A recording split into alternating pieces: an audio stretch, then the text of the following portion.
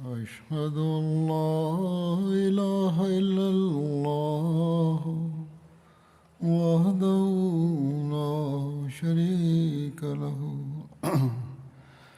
وأشهد أن محمدا عبده ورسوله أما بعد فأعوذ بالله من الشيطان الرجيم بسم الله الرحمن الرحيم الحمد لله رب العالمين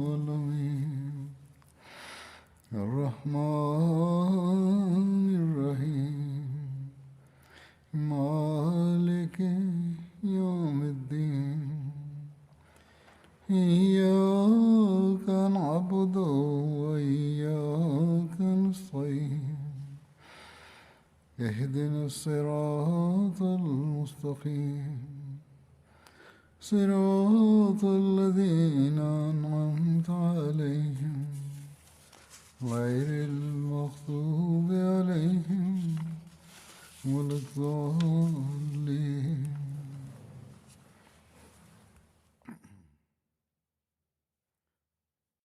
في الخطبة قبل الماضية كان الحديث جاريا عن الوقائع التي وقعت في عهد سيدنا أبي بكر الصديق رضي الله عنه، حيث قرأت فيها بعض المقتبسات التي تدل على أن سيدنا أبا بكر الصديق لم يعاقب أهل الردة لمجرد ارتدادهم، وإنما بسبب تمردهم ومحاربتهم.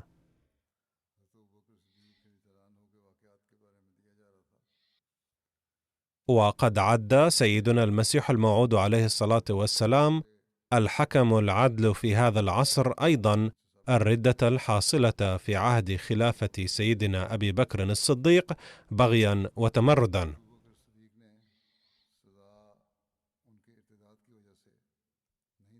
حيث قال وهو يتحدث عن شجاعة سيدنا أبي بكر رضي الله عنه العظيمة: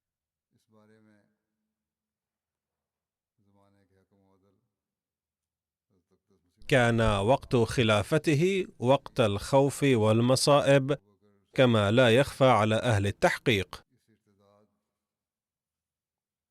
فإن رسول الله صلى الله عليه وسلم لما توفي نزلت المصائب على الإسلام والمسلمين، وارتد كثير من المنافقين، وتطاولت ألسنة المرتدين، وادعى النبوة نفر من المفترين، واجتمع عليهم كثير من أهل البادية، حتى لحق بمسيلمة الكذاب قريب من 100,000 من الجهلة الفجرة، وهاجت الفتن وكثرت المحن، وأحاطت البلايا قريبا وبعيدا، وزلزل المؤمنون زلزالا شديدا.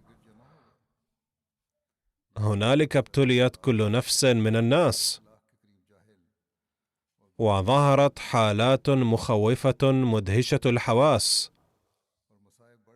وكان المؤمنون مضطرين كأن جمرا أضرمت في قلوبهم أو ذبحوا بالسكين،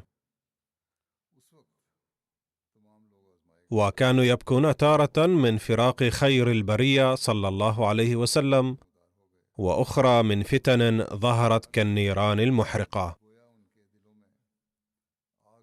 ولم يكن أثرا من أمن، وغلبت المفتنون كخضراء الدمن، فزاد المؤمنون خوفا وفزعا، وملئت القلوب دهشة وجزعا. ففي ذلك الأوان جعل أبو بكر رضي الله عنه حاكم الزمان وخليفة خاتم النبيين، فغلب عليه هم وغم من أطوار رآها، ومن آثار شاهدها في المنافقين والكافرين والمرتدين،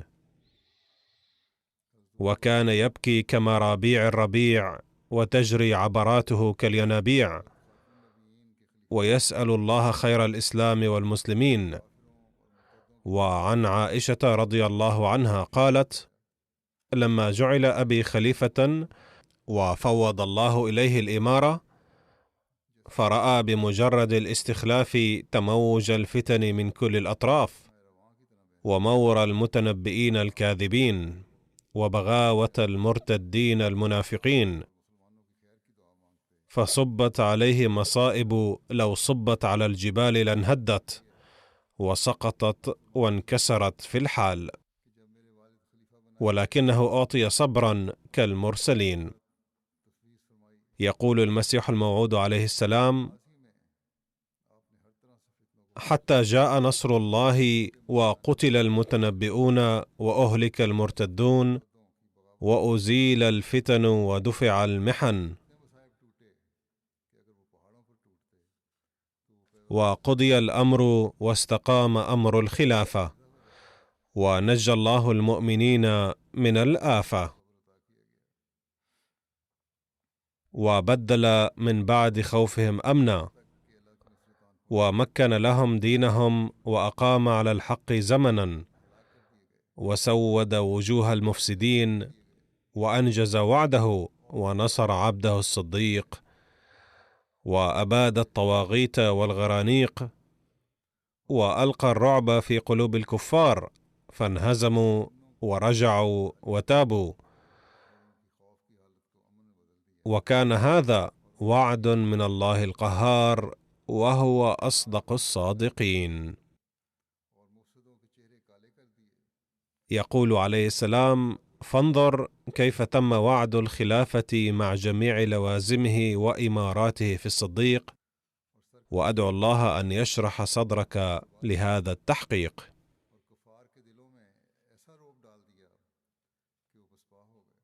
يقول المسيح الموعود عليه السلام: وتدبر كيف كانت حالة المسلمين في وقت استخلافه، وقد كان الإسلام من المصائب كالحريق، ثم رد الله الكرة على الإسلام وأخرجه من البير العميق، وقتل المتنبئون بأشد الآلام، وأهلك المرتدون كالأنعام، وآمن الله المؤمنين من خوف كانوا فيه كالميتين، وكان المؤمنون يستبشرون بعد رفع هذا العذاب، ويهنئون الصديق ويتلقونه بالترحاب، ويحمدونه ويدعون له من حضرة رب الأرباب، وبادروا إلى تعظيمه وآداب تكريمه، وأدخلوا حبه في تامورهم، واقتدوا به في جميع أمورهم، وكانوا له شاكرين، وصقلوا خواطرهم، وسقوا نواضرهم، وزادوا حبا، وودوا وطاوعوه جهدا وجدا، وكانوا يحسبونه مباركا ومؤيدا كالنبيين. وكان هذا كله من صدق الصديق واليقين العميق. هذه ترجمة مقتبس من كتاب سر الخلافة، وهو كتاب عربي لحضرته عليه السلام. عند نشوب فتنة الارتداد والتمرد، بعث حضرة أبي بكر الصديق البعوث للقضاء عليها، وكما ذكرنا سابقا ارتدت كل العرب تقريبا بعد وفاة الرسول الكريم صلى الله عليه وسلم. كانت فئة منهم رفضوا دفع الزكاة فقط، وقد سبق ذكر الإجراءات التي اتخذها سيدنا أبو بكر ضدهم. ونذكر الآن فئة أخرى لم ترتد عن الإسلام فحسب، بل تمردت وبغت أيضا، وكانت تقتل المسلمين، فعزم أبو بكر على معاقبتهم بعد ذلك. فلقد ورد في البداية والنهاية بعدما جم جيش أسامة واستراحوا، ركب الصديق أيضا في الجيوش الإسلامية شاهرا سيفه مسلولا من المدينة إلى ذي القصة التي تبعد عن المدينة مسافة ليلة ونهار بحسب وسائل السفر في ذلك الزمن. كان من بين الصحابة علي بن أبي طالب رضي الله عنه، الذي كان يطالبه بإصرار أن يرجع إلى المدينة ويرسل جريئا آخر مكانه للحرب.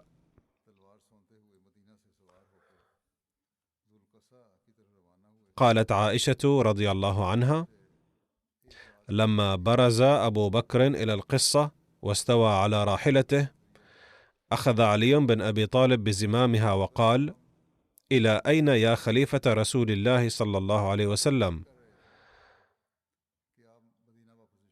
أقول لك ما قال رسول الله صلى الله عليه وسلم يوم أحد: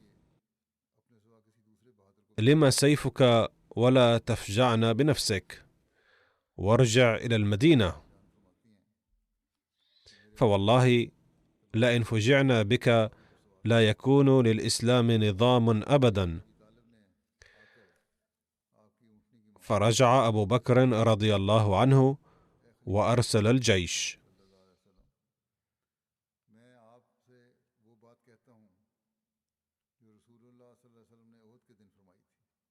لما أراح أسامة وجنده ظهرهم وجموا، وقد جاءت صدقات كثيرة تفضل عنهم، قطع أبو بكر رضي الله عنه البعوث وعقد الألوية، فعقد 11 لواء.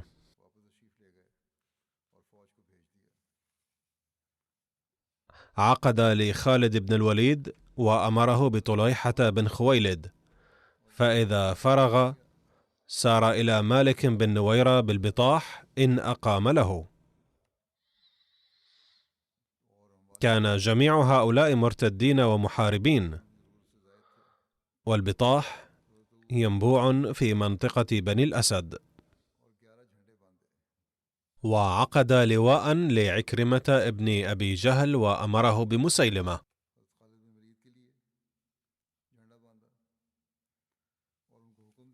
وعقد لواء ثالثا للمهاجر بن أبي أمية وأمره بجنود العنسي ومعونة الأبناء على قيس بن المكشوح ومن أعانه من أهل اليمن عليهم. الأبناء قوم من الفرس الذين أقاموا في اليمن وتزوجوا في العرب، ثم يمضي إلى كندا بحضرموت، وحضرموت منطقة في اليمن. وعقد اللواء الرابع لخالد بن سعيد بن العاص وبعثه إلى الحمقتين من مشارف الشام.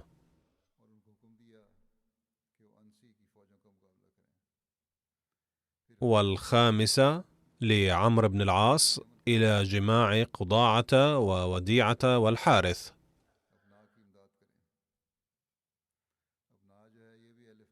والسادس لحذيفة بن محسن الغلفاني وأمره بأهل دبا، وهي سوق العرب في عمان المدينة الشهيرة والقديمة. والسابع لعرفشة بن هرثمة وأمره بمهرة.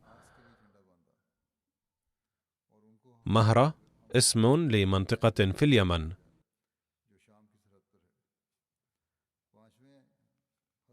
وأمرهما أن يجتمعا وكل واحد منهما في عمله على صاحبه. وبعث شرحبيل بن حسنة في أثر عكرمة ابن أبي جهل، وقال: إذا فرغ من اليمامة فالحق بقضاعة، وأنت على خيلك تقاتل أهل الردة.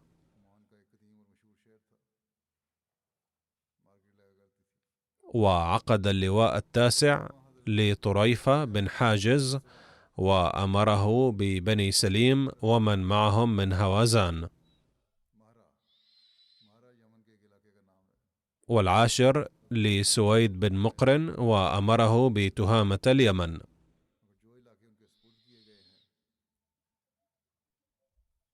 والحادي عشر للعلاء بن الحضرمي وأمره بالبحرين. فانطلق الجميع من ذي القصة إلى أهدافهم.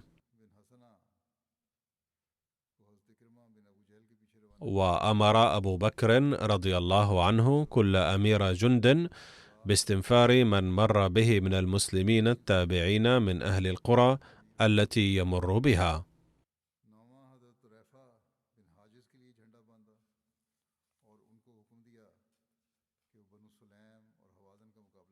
كتب أحد الكتبة وهو يتحدث عن تقسيم أبي بكر رضي الله عنه هذا: اتخذت قرية ذي القصة مركز انطلاق أو قاعدة لتحرك الجيوش المنظمة التي ستقوم بالتحرك إلى مواطن الردة للقضاء عليها. وتنبئ خطة الصديق رضي الله عنه عن عبقرية فذة وخبرة جغرافية دقيقة. ومن خلال تقسيم الألوية وتحديد المواقع يتضح أن الصديق رضي الله عنه كان جغرافيا دقيقا خبيرا بالتضاريس والتجمعات البشرية وخطوط مواصلات جزيرة العرب. فكأن الجزيرة العربية صورت في مجسم واضح نصب عينيه في غرفة عمليات مجهزة بأحدث وسائل التقنية. فمن يتمعن تسيير الجيوش ووجهة كل منها واجتماعها بعد تفرقها وتفرقها لتجتمع ثانية يرى تغطية سليمة رائعة صحيحة مثالية لجميع أرجاء الجزيرة مع دقة في الاتصال مع هذه الجيوش. فأبو بكر في كل ساعة يعلم أين مواقع الجيوش ويعلم دقائق أمورها وتحركاتها وما حققت وما عليها في غد من واجبات. والمراسلات دقيقة وسريعة تنقل أخبار الجبهات إلى مقر القيادة في المدينة حيث الصديق، وكان على صلة مستمرة مع جيوشه كلها. وبرز من المراسلين العسكريين ما بين الجهات وبين مقر القيادة أبو خيثمة النجاري الأنصاري وسلمة بن سلامة وأبو برزة الأسلمي وسلمة بن وقش. وكانت الجيوش التي بعثها الصديق متماسكة، وهي إحدى إنجازات الدولة الهامة، إذ جمعت تلك الجيوش بين مهارة القيادة وبراعة التنظيم، فضلا عن الخبرة في القتال صهرتها الأعمال العسكرية في حركة السرايا والغزوات التي تعدى بعضها شبه الجزيرة في زمن النبي صلى الله عليه وسلم. فقد كان الجهاز العسكري لدولة الصديق متفوقا على كل القوى العسكرية في الجزيرة.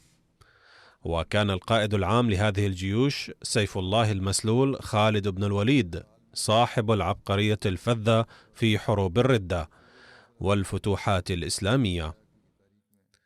كان هذا التوزيع للجيوش وفق خطة استراتيجية هامة مفادها أن المرتدين لا زالوا متفرقين كل في بلده، ولم يحصل منهم تحزب ضد المسلمين بالنسبة للقبائل الكبيرة المتباعدة في المكان أولا، لأن الوقت لم يكن كافيا للقيام بعمل كهذا، حيث لم يمضي على ارتدادهم إلا ما يقرب من 3 شهور. وثانيا لأنهم لم يدركوا خطر المسلمين عليهم، وأنهم باستطاعتهم أن يكتسحوهم جميعا في شهور معدودة، ولذلك أراد الصديق أن يعاجلهم بضربات مفاجئة تقضي على شوكتهم وقوتهم قبل أن يجتمعوا في نصرة باطلهم، فعالجهم قبل استفحال فتنتهم، ولم يترك لهم فرصة يطلون منها برؤوسهم ويمدون ألسنتهم يلذعون بها الجسم الإسلامي. ويقول المؤلف في بيان أمور مختلفة قام بها أبو بكر رضي الله عنه مثل تعيين القادة وغيرها، ويمكننا من خلال الدراسة أن نستخلص الخطة العامة بعد أن عقد الصديق الألوية لقادة الجيوش، والتي تتلخص في النقاط الآتية. أولاً، ضمنت الخطة إحكام التعاون بين هذه الجيوش جميعها، بحيث لا تعمل كأنها منفصلة تحت قيادة مستقلة، وإنما هي رغم تباعد المكان جهاز واحد.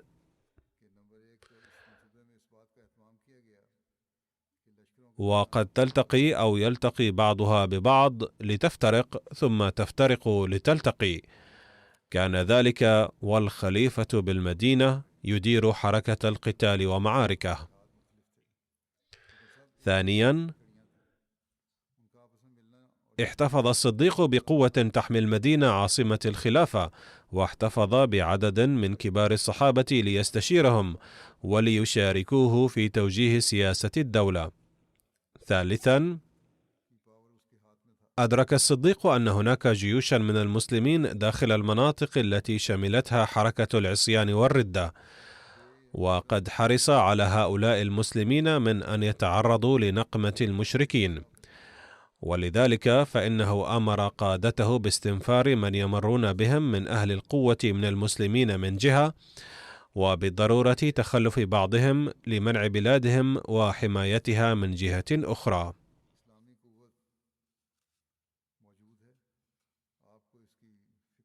رابعا، طبق الخليفة مبدأ الحرب خدعة مع المرتدين، حتى أظهر أن الجيوش تنوي شيئا وهي في حقيقة الأمر كانت تستهدف شيئا آخر، زيادة في الحيطة والحذر من اكتشاف خطته، وبذلك تتبين براعته رضي الله عنه السياسية في القيادة، وخبرته العلمية، ورسوخ علمه، ونصرة الله تعالى والفتح.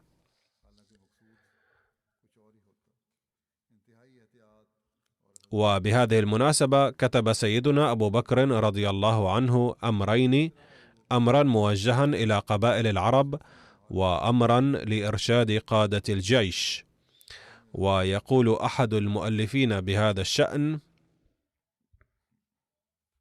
بعد التنظيم الدقيق وحسن الإعداد للجيوش الإسلامية التي عقد لها الصديق الألوية، نجد الدعوة البيانية القولية تطل لتقوم بدورها وتدلي بدلوها، فقد حرر الصديق كتابا عاما ذا مضمون محدد سعى إلى نشره على أوسع نطاق ممكن في أوساط من ثبتوا على الإسلام ومن ارتدوا عنه جميعا قبل تسيير قواته لمحاربة الردة. وبعث رجالا إلى محل القبائل وأمرهم بقراءة كتابه في كل مجمع، وناشد من يصله مضمون الكتاب بتبليغه لمن لم يصل إليه، وحدد الجمهور المخاطب به بأنه العامة والخاصة، من أقام على إسلامه أو رجع عنه.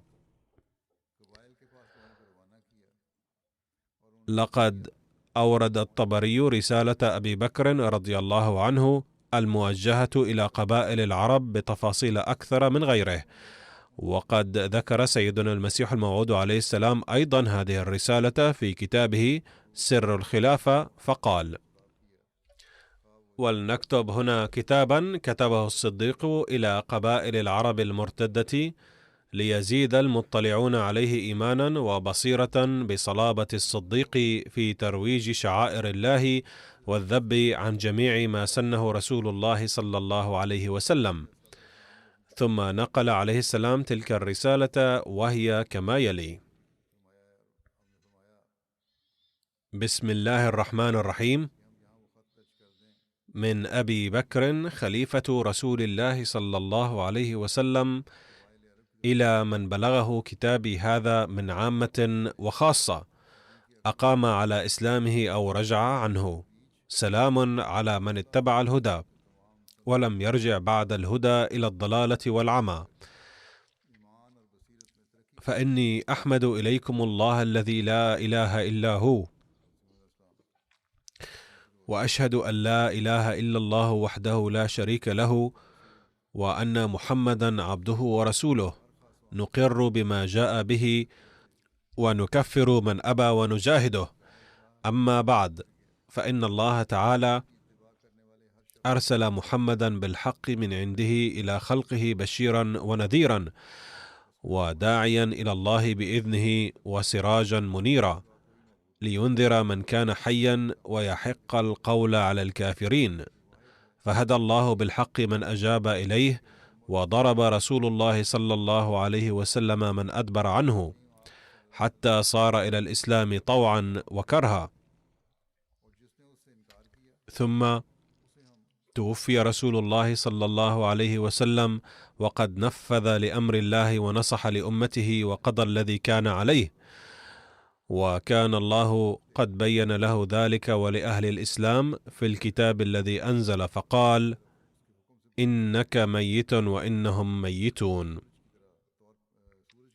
وقال: وما جعلنا لبشر من قبلك الخلد أفإن مت فهم الخالدون.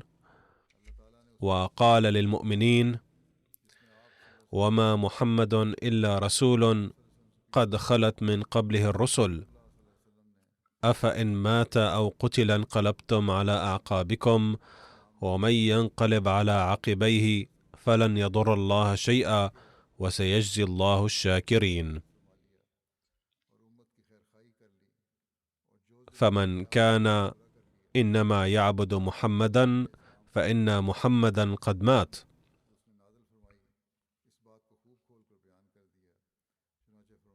ومن كان إنما يعبد الله وحده لا شريك له فإن الله له بالمرصاد، حي قيوم لا يموت ولا تأخذه سنة ولا نوم، حافظ لأمره منتقم من عدوه يجزيه.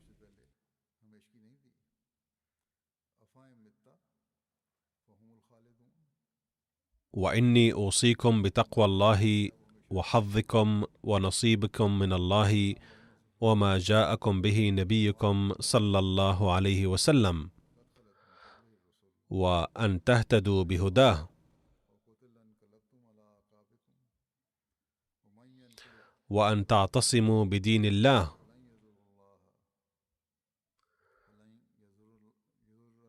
فإن كل من لم يهده الله ضال، وكل من لم يعافه لمبتلى،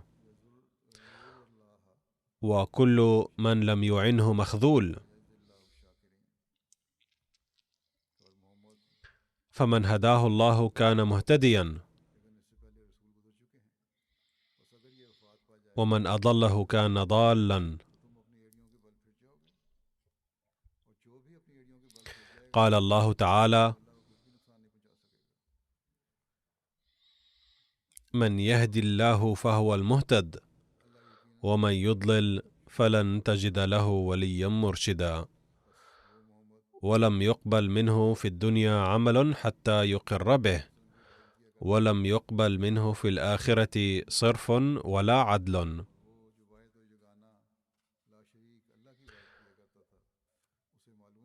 وقد بلغني رجوع من رجع منكم عن دينه بعد أن أقر بالإسلام وعمل به اغترارا بالله وجهالة بأمره وإجابة للشيطان.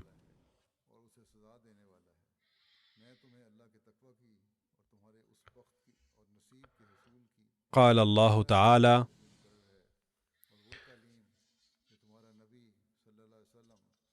وإذ قلنا للملائكة اسجدوا لآدم فسجدوا إلا إبليس كان من الجن ففسق عن أمر ربه أفتتخذونه وذريته أولياء من دوني وهم لكم عدو بئس للظالمين بدلا.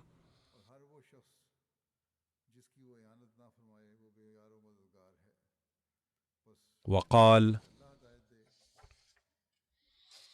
إن الشيطان لكم عدو فاتخذوه عدوا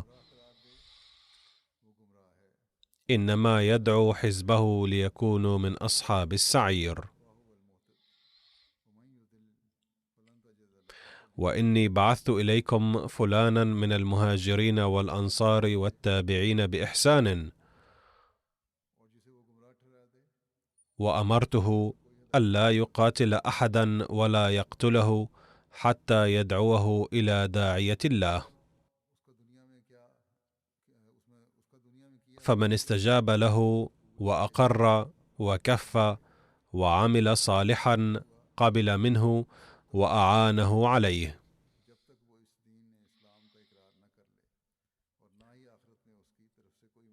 ومن أبى أمرت أن يقاتله على ذلك، ثم لا يبقي على أحد منهم قدر عليه، وأن يحرقهم بالنار ويقتلهم كل قتلة، وأن يسبي النساء والذراري ولا يقبل من أحد إلا الإسلام،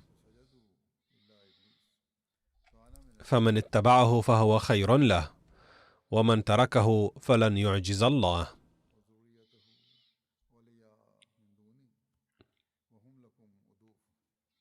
وقد أمرت رسولي أن يقرأ كتابي في كل مجمع لكم، والداعية الأذان، وإذا أذن المسلمون فأذنوا، كفوا عنهم، وإن لم يؤذنوا عاجلوهم، وإذا أذنوا اسألوهم ما عليهم، فإن أبوا عاجلوهم، وإن أقروا قبل منهم. باختصار، لماذا شنت عليهم الحرب ولماذا عوملوا كلهم هذه المعاملة؟ لأنهم كانوا محاربين وكانوا يفرضون الحرب على المسلمين، ولم يكونوا يقاتلونهم بل كانوا يعتدون عليهم، وكانوا يظلمون المسلمين العزل المقيمين في مناطقهم.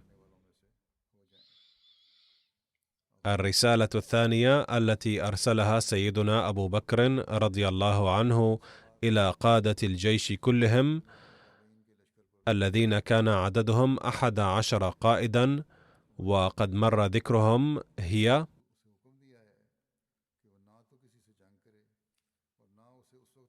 بسم الله الرحمن الرحيم.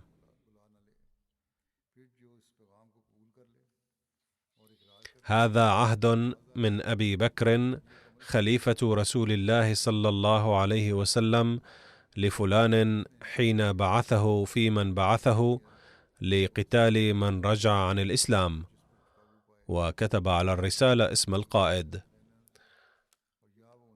وعهد إليه أن يتقي الله ما استطاع في أمره كله سره وعلانيته، وأمره بالجد في أمر الله ومجاهدة من تولى عنه ورجع عن الإسلام إلى أماني الشيطان بعد أن يعذر إليهم، فيدعوهم بدعاية الإسلام، فإن أجابوه أمسك عنهم،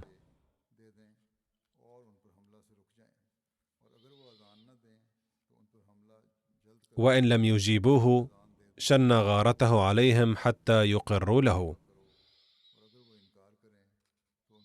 ثم ينبئهم بالذي عليهم والذي لهم. فيأخذ ما عليهم ويعطيهم الذي لهم، لا ينظرهم أي لا يمهلهم حتى يستعدوا للحرب فيهاجم المسلمين، ولا يرد المسلمين عن قتال عدوهم، أي إذا ظن المسلمون أن هؤلاء لن يرتدعوا عن القتال فلا تمنع المسلمين من قتالهم. كان هذا الأمر موجها إلى زعماء هذه المنطقة الذين كانوا أدرى بأوضاعها، فمن أجاب إلى أمر الله تعالى وأقر له قبل ذلك منه وأعانه عليه بالمعروف، وإنما يقاتل من كفر بالله على الإقرار بما جاء من عند الله، فإذا أجاب الدعوة لم يكن عليه سبيل، وكان الله حسيبه بعد فيما استسر به. ومن لم يجب داعية الله قتل وقوتل حيث كان وحيث بلغ مراغمة، لا يقبل من أحد شيئا أعطاه إلا الإسلام، فمن أجابه وأقر قبل منه وعلمه، أي من ارتدوا بعد إسلامهم ثم أخذوا يحاربون المسلمين خلاف تعاليم الإسلام، فعليكم أن تعلموهم ما هو الإسلام وما هي حقيقته، وأخبروهم أنه لا يجوز لهم محاربة الحكومة الإسلامية بعد إسلامهم، ومن أبى قاتله، فإن أظهره الله عليه قتل منهم كل قتلة بالسلاح والنيران، ثم قسم ما أفاء الله عليه إلا الخمس فإنه يبلغناه، وأن يمنع أصحابه العجلة والفساد، وأن لا يدخل فيهم حشوا حتى يعرفهم ويعلم ما هم، لا يكونوا عيونا، أي يجب أن يتحرى الأمر جيدا حتى لا يدخل في صفوف المسلمين من يكون عيونا للأعداء، ولئلا يؤتى المسلمون من قبلهم، وأن يقتصد بالمسلمين ويرفق بهم في السير والمنزل يتفقدهم،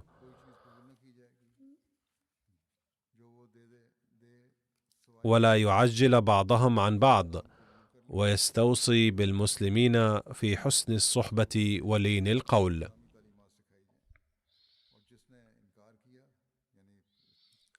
لقد ذكرت هنا بعض الأمور التي تحتاج إلى التوضيح،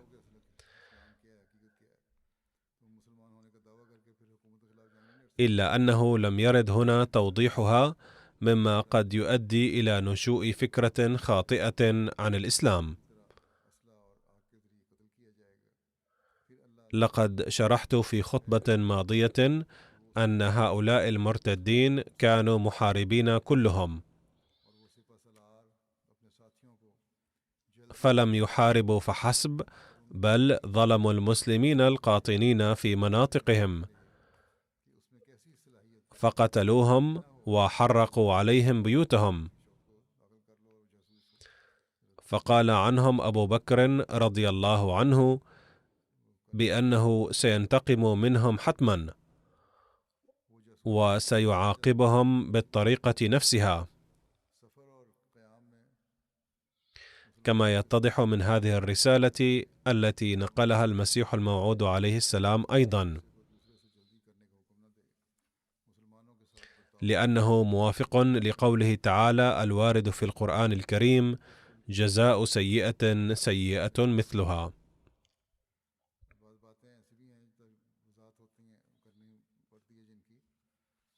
ولقد ذكر هذا الأمر نفسه أحد المؤلفين في كتابه، وهو الدكتور علي محمد الصلابي، فيقول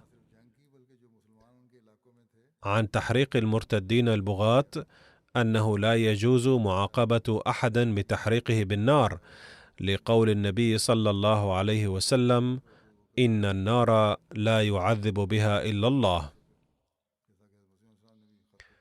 ولكن أمر بتحريق هؤلاء الأوغاد لأنهم أهلكوا أهل الإيمان بهذا الطريق، فكان تحريقهم قصاصا. ولقد ورد في هذا الكتاب نفسه بخصوص رسالة أبي بكر المذكورة: إن من يأبى الرجوع إلى صف المسلمين ويثبت على ردته إنما هو محارب لا بد من شن الغارة عليه، تقتله أو تحرقه.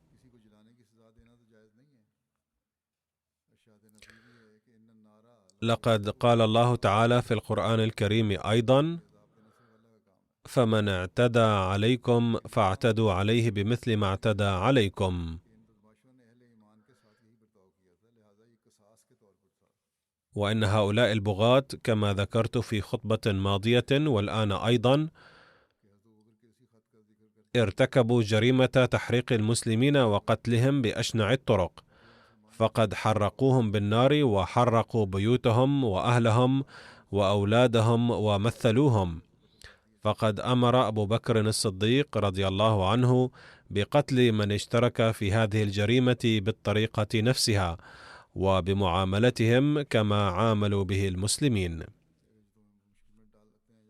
على أي حال سيستمر هذا الذكر في المستقبل أيضا إن شاء الله، إلا أنه قد تكون هناك خطب حول مواضيع أخرى خلال رمضان، لذلك قد يتأخر قليلا تناوله، ولكن سأتناول تفاصيل الأمور الأخرى في الخطبة التالية المتعلقة بهذا الموضوع.